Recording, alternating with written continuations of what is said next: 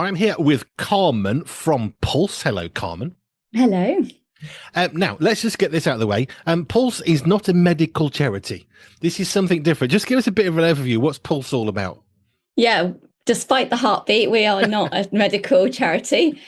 We are here to enlarge and equip God's kingdom. And the way that we do that is through training, equipping, and resourcing churches. And we do that specifically for children and youth ministries. Which, in a sense, kind of is medical because it's the health of the nation. Yeah, the health of the church, health of the nation. We come in and just kind of assess where the church is, where they need help and support, and we kind of, walk alongside them and help them out. Okay, right. We'll come back into Pulse a lot more detail. We've got a bit more about that. But before we go into your life, just give us some of the stuff that you're actually doing. You're talking about going to a church and assessing, but what is it you're assessing? And then what is it you're doing for that church from your assessment? Sure. We have those are called mission partner churches, and what they do is they kind of donate monthly, and as in kind of exchange for that, we'll go in and meet with their children's leaders if they've got them, or key volunteers in some cases, and just kind of hear what their context is, what they're doing already, and kind of what it is that's around them. So they may be an Anglican church with two or three children. And they've got a local school nearby, which they haven't got into contact with yet. And we would then kind of suggest a few next steps for them. So we'd say, well, maybe if you've got three children in a row, what are you doing with them? Have you got something in the back of your church for them? Have you got an area that feels welcoming for them to come in on? If someone comes into your church with a pushchair, is there somewhere to put the pushchair? Right the way through to churches who have already got 30, 50 kids weekly, and they're saying, well, what next? How do we do the next bit? And we signpost people. So there's lots of charities and organizations and resources that we rave about a lot, and we point people towards, but also our own resources as well. Here's a little horror story for you. We were Yeah. trying a brand new church one time, and we were not late or anything. We were there before the church service, and there was one more row of 5 seats. And it was supposed to be reserved for the children. And I'm looking around thinking there are literally no more seats in this church. I'm going to sit here because you know what? I'm not going to stand for the next 90 minutes. And if people with prams haven't got here, sorry, kind of tough. We want to sit down. So it wasn't, rude. I've been a children's minister, but there were 5 seats and we took the last 5 seats. And a lady from the church then came and said, how dare you sit here? This is reserved for children. Okay. Where are the children that are going to take these seats? Well, they might come. Yes, but we are here. And we've sat down, and there's nowhere else. Where else would you like us to sit? Well, there's balconies upstairs. Why didn't you go there? Didn't know about them. Would have been good to know. All these little things. And I did actually challenge her. I went through the vicar, and actually he did say, I'm really, really sorry. This is not normal. But it's good to think about children, but it's not good to exclude people in the process. But even like you're saying about somewhere for the prams to go, when someone arrived, we'd been in a church one time, and there was 3 pews taken out. So there was a space for some toys and some soft stuff and some crayons. And when we arrived, one of the ladies walked to the church, big old, you can imagine the Anglican church, big old oak door. You thinking, oh, I hope they haven't started the service. Big clunk as you lift the handle, it squeaks open. Everyone's looking at you. We're thinking, we just want to die. We want to go home. We're never coming here again. One of the ladies, brilliantly, you'd like this, she came up to us. Hi, how are you doing? Really loud, didn't care. How are you doing? Come with me. Let's come and find you somewhere to sit. And immediately we felt welcome. 2 experiences, 2 very, very different outcomes. We stayed at the second church. We never went back to the first. Yeah, totally. And first impressions really do make a difference there. Really do. The last thing you want to do is you've managed to get your children awake with clothes on and shoes on, looking relatively presentable. You might have fed them already. Yep. You get there just about on time.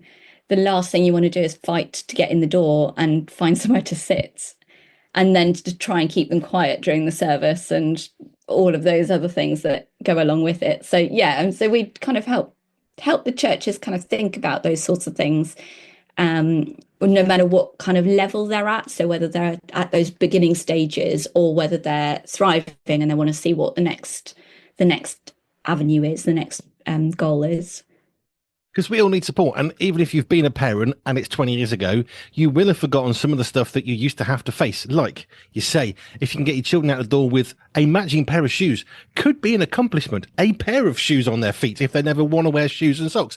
That can be your thing. But getting at the church door, it is so important for that, not just a welcome, but actually an opportunity to be welcomed into the church. Definitely. And there's also churches who have great mission opportunities by the fact that they're right next door to a school, or that they may well be a C of E church with a C of E school attached. And so many of those churches just aren't doing anything with the school because they don't know how to approach it or go about doing that. And that's something we can kind of bring along as well and help them kind of see that as an option for ministry, an option for evangelism as well. I say this a lot, but you don't know what you don't know. And if you don't know it, you don't know that you don't know it. So you need somebody that can say, how about removing a pew and just making a space for a pushchair? Because unless you've actually seen the need for that, and let's face it, prams these days are enormous compared to what they used to be. Actually, they're not going to fit in the gap that was created 40 years ago because now that's not the appropriate size. Yeah, totally. Even wheelchairs are bigger. If they're automated wheelchairs, they'll take up more space. Yeah. Right, let's go back in time a little bit for you. It's Christian charity, quite clearly. What was your experience of God and the church and religion as you grew up? This is actually quite interesting. I grew up in a Christian home in South Africa, of all places. So very traditional church. You kind of dress up for church, shirts and ties, dresses, and it was very kind of strict. It was an Assemblies of God kind of movement. And we moved to England when I was a young teen, and went straight into the Vineyard Church. Again, the Vineyard that we went to, even though was quite free worship-wise, behaviour-wise, was still very strict and very conservative. And for me as a teen at the time, I really was trying to explore faith, but didn't feel like I could, because any questions I asked were kind of slap on the wrist. Don't ask that question. That's not a good one to ask. And so I found myself not wanting to go to church because it was about rules. It was about what you were and weren't allowed to do. I didn't feel like I was introduced to who Jesus was necessarily. And so as soon as I was old enough to decide for myself whether to go to church or not, I decided not to. And I very much just fell away from church and didn't go at all. And one year my mum said, look, please come with us to New Wine, this Christian conference in Shepton Mallet.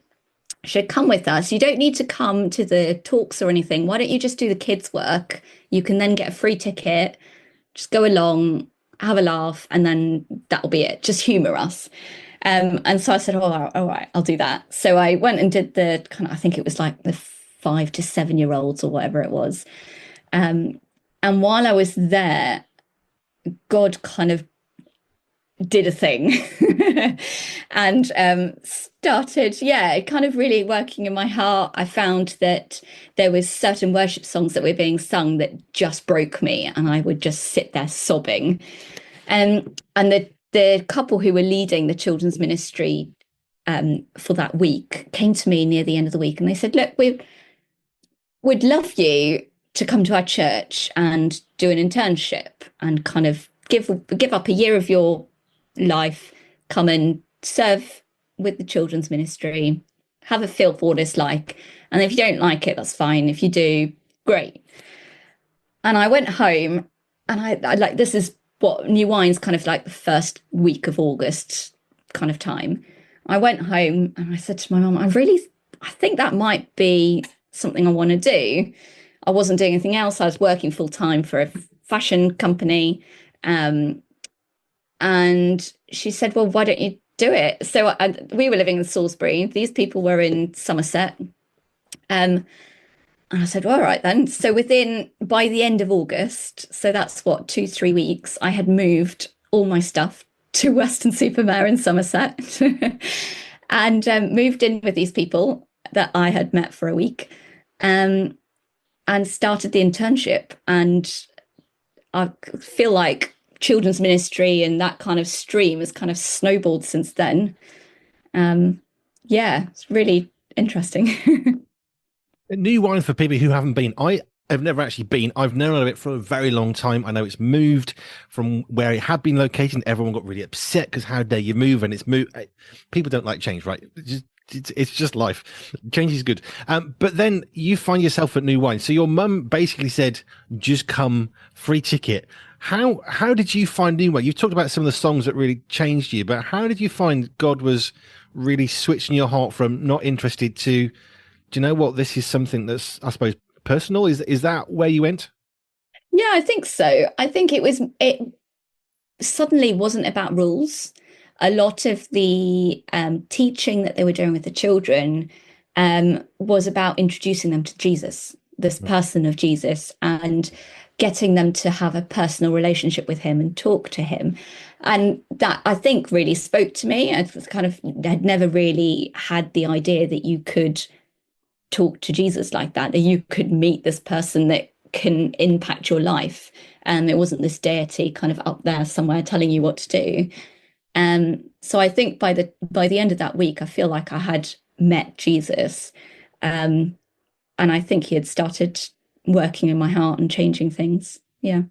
I think for a lot of people that I've chatted to over the years, there seems to be a few kind of, I kind of three different strands of how you can come to what we would call coming to faith, where you actually have a personal relationship with Jesus Christ. There are people who have these sort of amazing Paul on the road to Damascus, blinding light situations. My wife has one of those. It's phenomenal. There's people like me who went to church and never really stopped going. At 7, I thought, yeah, I want to do this, and I became a Christian. And then there are other people, and I think this is probably more the majority of who I spoke to, that are sort of involved church. They know of church, or they know of God or of Jesus, but they don't know him personally. It's more of a theoretical knowledge about somebody who kind of quite good probably, but actually that switches, and that sounds like what is happening for you at New Wine. Yeah, definitely. Yeah, I think so. And I think that's kind of fueled my passion now with children's ministry. And whenever I run a holiday club or I'm doing anything with children in church, my main goal is to introduce them to Jesus. And yes, rules and regulations follow, but you kind of do that out of a place of loving Jesus. So with a friend, if you love your friend and you respect your friend, you want the best for them. You want to give them the best. And I feel like that's the same with a relationship with Jesus, that once you know him, you want to give him the best of you and you want to do what he wants you to do.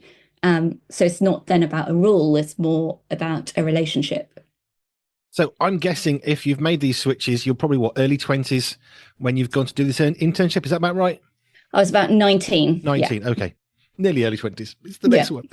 one. So you've done your internship. Okay, this is more, it isn't theoretical. Now I want to know Jesus personally. Okay, now children's work is something that, do you know, I think this might be something I could actually do.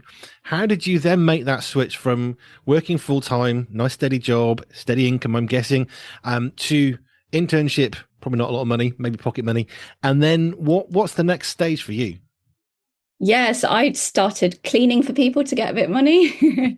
Beg, borrowing and stealing. Yeah. So a lot of the church members were really gracious and let me clean for them 1 hour a week or 2 hours a week, and I'd get a bit of pocket money for that. I found that working under this couple, they were really good at just letting me have a go at things and try things and making mistakes. And I found that the more I did things and the more that they gave me responsibility, I found that I was actually quite good at it.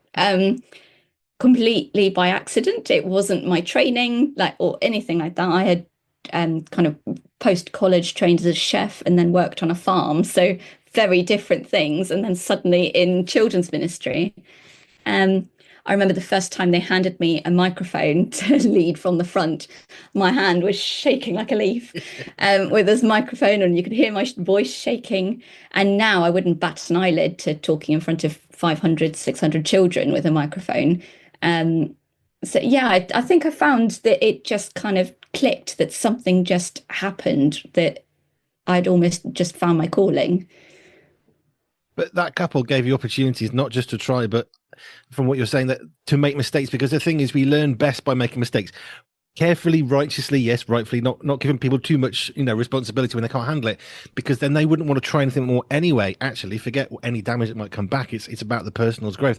But actually, you're being given a chance to learn. So, what did you learn during that internship year that really has stuck with you till today? Quite a lot. I think, yeah, it's very much formed my ministry now. I remember one point I said to them, look, I'd like to do a big beach mission. It's our church was 2 blocks away from the beach, the seaside, and the council lets people rent out the kind of beach lawns at the front.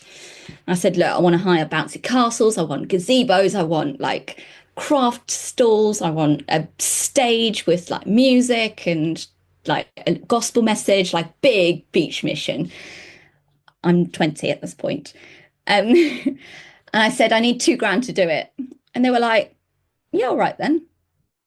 And they gave, as a 20-year-old, let me solely, completely on my own, obviously with the team, and organize this thing, spend 2 grand on generators and gazebos and everything. And it was amazing. I pulled it off. No one came because it was tipping it down with rain. So it was a complete fail in that sense. But I was so proud of myself being able to organise it, plan it, get a team together, book things with the council, do all that sort of legal stuff, get permits and all of that stuff. That it kind of gave me the confidence then the following year, like, oh, I might run a holiday club or I might do this. And it kind of, their confidence in me and their ability to trust me, even if it would fail, I think definitely kind of carried me on. And that's something I bring forward now is I give people a go, let them have a go, let them risk it, let them see, get it wrong. Because I think that's the way you learn, really. I think so. And just because we can put all of our effort into something doesn't guarantee success. Even if God might have led us to that, I don't believe for a second that God causes us to fail or to pointlessly do stuff. But I do think sometimes we do stuff and it doesn't work out as perhaps we were planning because it rains. And if you're doing a beach mission and it's raining badly, people aren't likely to want to have their ice creams in the rain. No. I think we may have had like maybe 20 people, but I was envisioning like 500 people, like the whole of Weston-super-Mare coming to the beach. But it's good to dream big. One of my trustees said, if you aim for the gutter, you're probably going to hit it. If you aim for the stars, you're probably not going to hit it. But you know what? Who knows where you'll go? And I just think that's a beautiful way of looking at it, that we can aim for failure or we can aim for success. But if we dream bigger dreams, who knows what God can do? But often it's our own limitations, isn't it? We think God's asked us to do something, so we'll shrink it as much as we can so it's within our remit and our abilities. And God's saying, just dream bigger. Yeah. I did a holiday club last year with a church who hadn't done holiday clubs in their church for over 10 years. And they had a majority of their team were over 70 and they were petrified. They really were like, how is this going to work? We've got primary school kids coming in here. We're all old. Yes, you've got you and one other person who are young, but that's it. And I was like, don't worry, it'll be fine. And then they were like, oh, maybe if we have 40 children, then that will be manageable. I was like, well, why don't you go for 60?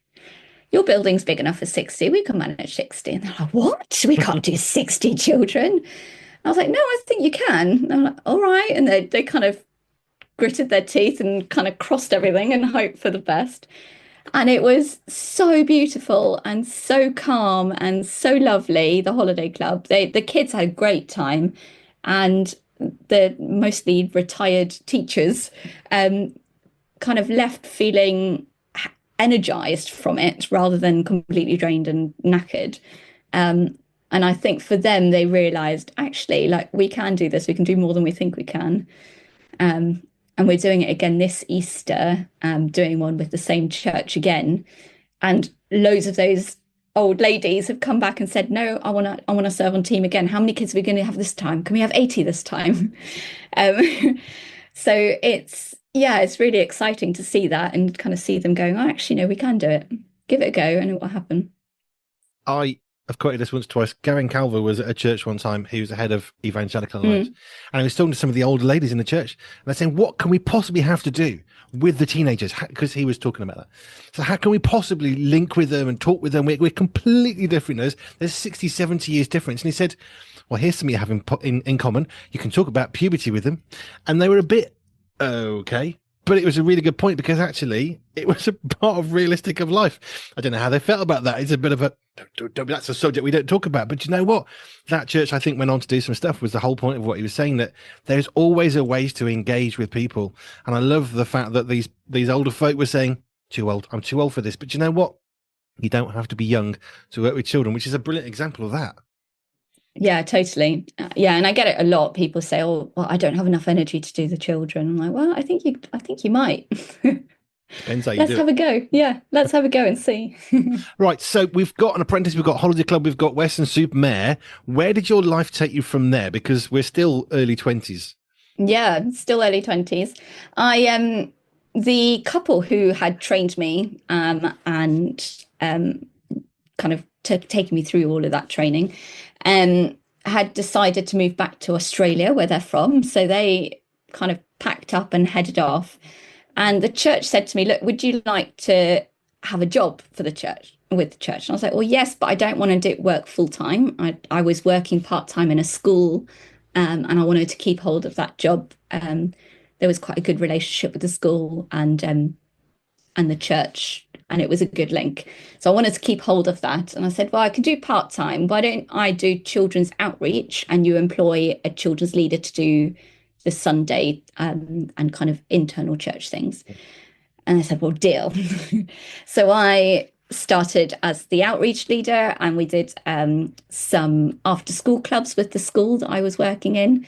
Ended up doing a walking bus that would walk 60 children from the school down the road to the church every Thursday afternoon. And we'd do lots of fun games, snacks, always a little slot for Bible teaching and worship songs with actions.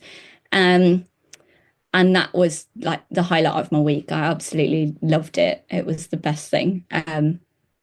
Yeah, and that grew to, by the time I left there, it grew to about 80, 85 children every week coming, which was so exciting. So cool. So where did Pulse come into your life? I mean, there's a big gap there, which I'm trying to get into. So where did you end up? How did you find yourself in Pulse? Yes, I then went, so fast forward, I've got married, I've had 2 children, and my husband, we're now in COVID. Husband has gone to theological training. We moved house and city in COVID and did university online, which was the best thing in the world. Yeah, really not. So we moved to Bristol to do that. And while we were in Bristol, I met Pete, who was the one of the founders and the charity lead for Pulse. And we just got chatting at our kind of Freshers Fair version, like Bible College version of Freshers Fair, about hopes and dreams for the future, as you do. And I just started describing what I felt God calling me to, what I really wanted to do with my life going forward after this degree. And he stopped me in my tracks and just said, "Carmen, you're describing the charity that I run." I said, "What do you mean?" He was like, "Have you never heard of Pulse Ministries?" I was like, "No, I haven't." And he told me about Pulse. And I thought, well, yeah, that is exactly what I'm wanting to do. I was going to set up a whole new charity to do this. And he said, "Right, let's keep chatting. Let's keep this conversation live." And over the 2 years that we were both at college together, we chatted a lot, prayed a lot, worked through a lot of stuff, and kind of realized, actually, no, I think this is right. I need to be leading Pulse. And he was looking for someone to take over because he's was studying to be a vicar, and so is now in curacy. So he, by the time he left college, he had handed over the reins to me. So that's how I started. It's a fantastic way in. I love how God takes these little, I always like to pick on these, but God ends up taking all the little bits of your life and sticking them together to make it make sense with what you're doing now. So what's a week week in, week out for you at Pulse? What's a normal week look like? Well, a normal week. So I'm still a mother. I've got children to look after. I work part-time in a primary school as a special needs teaching assistant. So that's kind of my tent making, as it were, because I'm not paid by Pulse. And the rest of the week is spent on Pulse Ministries. So I'm in a relationship with three different churches where with that consultancy relationship that we were talking about earlier. Um, and I do weekend events and holiday clubs as well with Pulse. So got a few weekends away booked this year, where we go and run the children's ministry for the churches while they're having their weekend away. Um, yeah, it every week looks different. Working with children, Different I and can varied. imagine it. Yes. Different's good though. If that, I mean, you might like consistency, but if you like a little bit of a challenge, different's good. Yeah, I get bored easily. I like the change. No, fair enough. But I like how you're still doing the part-time work in a school to create a partnership, working, linking, and all that kind of stuff because it keeps you, I guess, some of your skills and knowledge is kept up to date for you. Yeah, and grounded as well. I don't like being in a Christian bubble where you don't kind of see non-Christian people or experience kind of the world, as it were. Hmm. I really enjoy working in a school and kind of being on the ground with children, as it were. I think a lot of my job is spent advising people who work with children rather than working with them myself as much anymore. So yeah, that's quite nice to be able to do that still. Where's Pulse going this year? So, I mean, we met at the Hand in Hand conference. Well, I actually met your mum at the Hand in Hand conference. He was brilliant, just absolutely singing your praises. Yeah, she's fantastic. She's brilliant. She can do everything as you would like your mum to be. So, hence this interview. But where's Pulse going this year? It's 2025. Summer's coming up. What does the summer look like for you this year? Yeah, really exciting. So we've got a holiday club now in Easter, first week of Easter, at that church I was talking about. We've then got two different weekends away, both with Baptist churches actually this time, which is exciting. One in Chelmsford, and one near London. Um, and then we've got a big holiday club. Can't remember where actually, near the Midlands, up there somewhere. um, yeah, so we've got that big holiday club as well. So this year's a bit quieter than usual. Normally we have a few more going on, but it's enabling us to be able to sit and write a few more resources, which is good. So we do write some holiday clubs and things that churches can use independently of us as well. So that we'll be doing that over the summer too. Less busy can be good because, like you say, you can actually get into other stuff. We have the same thing with radio. There are times when we're a little bit quieter and we can look at other projects that we just really got to get this started and get. But when it's a little bit quieter, actually, those are really precious times, aren't they? Yeah, definitely. I'm also looking to, we run lots of training courses, and at the moment they're all in person or over Zoom live. But I'm looking to turn them all into kind of recorded material, kind of like the Alpha video kind of style thing, with questions and discussions. So hoping to do that between now and the end of the year, academic year, to be able to release those for churches. So more churches can use it at a time rather than relying on my availability. Fab. If a church is listening or someone who's a part of a church and thinking, well, this could be interesting, just run through some of the things that you can, like some of the mechanics or the practicals of where you could actually genuinely come in and say, you know, we can help with this, we can help with that. Mm. So we can come in and observe and see what they're doing, and give tips or kind of advice. We can do kind of lots of brainstorming sessions and signposting. I've got a lot of charities and other businesses that we work with regularly, who have got great resources, but also training materials and stuff. We've run loads of different volunteer training. So things from how do I plan a Sunday session? How do I think about a 3-year curriculum? How do I integrate children with additional needs into our programs? The list goes on. And it's designed for practitioners, people who are on the ground working with the kids and needing a bit more input. I think sometimes churches want to impart this knowledge on their teams, but the teams are less receptive if it comes from inside. Whereas if it's from an external organisation, a lot of volunteers are a bit more open to the information sometimes. We run holiday clubs as well. So the idea with the holiday clubs is that we slowly train the church to do it on their own and independently. So the first year we may well come in and bring all of the equipment, all of the team, and work alongside their workers, training them in advance and then them shadowing us. And then the following year we may then step back and let them take more of a lead, and we'll kind of be there in the background, but kind of let them take more of a lead. With the idea of completely stepping back by the end of it and handing that baton on, and letting them run with it. We don't want people to become reliant on us and for us to come in and run it and then go away. We want to be able to resource them for the future, that they can make it their own and make it work for them. If someone wants to get hold of you and Pulse, where do they go and get the information they need to connect with you? Yeah, we've got a nice, simple website, pulseministries.org.uk, and all of our contact details are on there. The email comes through to me, so any emails on there I can reply to and get back to.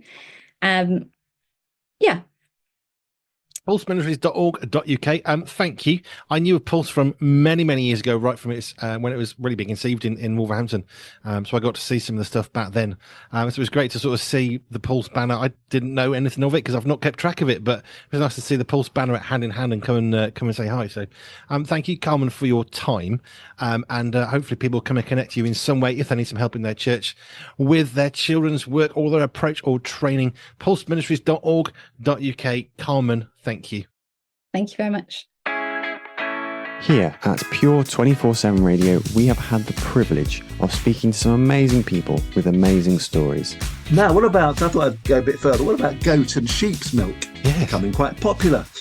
Very similar to cow's milk. So we don't use it in the first year of life, you can afterwards. And their nutrient profiles, how good they are, is pretty similar to cow's milk. Allergenicity, how often do they cause allergies? About the same. They're a bit more expensive sometimes. It's pretty equivalent. Yeah, we're really excited, especially excited for Josh because it's his first book and he's really passionate with that Gen. Did you say Gen Z or Gen Z? I've heard it said I don't know. I'm too old. I don't know. Yeah, we're not in that age category, so we've not got a clue what they're called. It's a pot boiler. It's a good, exciting popcorn thriller. I didn't think it was anything too special, but I think watching it at home, people will probably enjoy it more than I did going to the cinema to see it. Really good film. I love it. You know, I walk into a cinema and I turn my phone off. Nobody can get hold of me for a couple of hours. I'm in a completely other world. Every single time I go to the cinema, and for me, it's like going to Oz. You know, it's like going to another world and escaping and relaxing, and I thoroughly enjoy it. If you have missed any of these interviews or would like to hear them again, you can. Simply head over to our catch-up section at www.pure247radio.org. That's www.pure247radio.org.